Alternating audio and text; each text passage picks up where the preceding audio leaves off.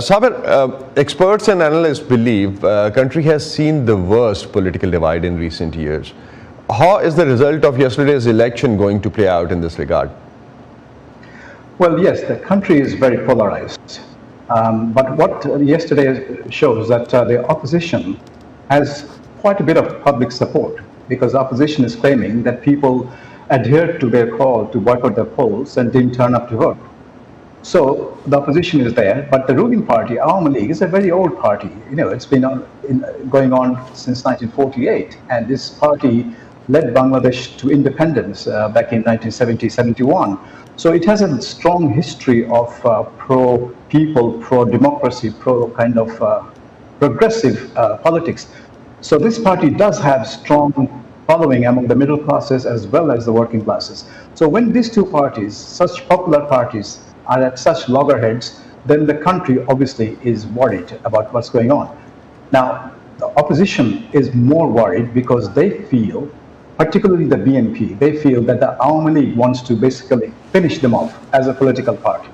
It's not a case of winning one election or two. I think the opposition, BNP, fears that the Awami League just wants to finish them off completely, erase them from Bangladesh political scene.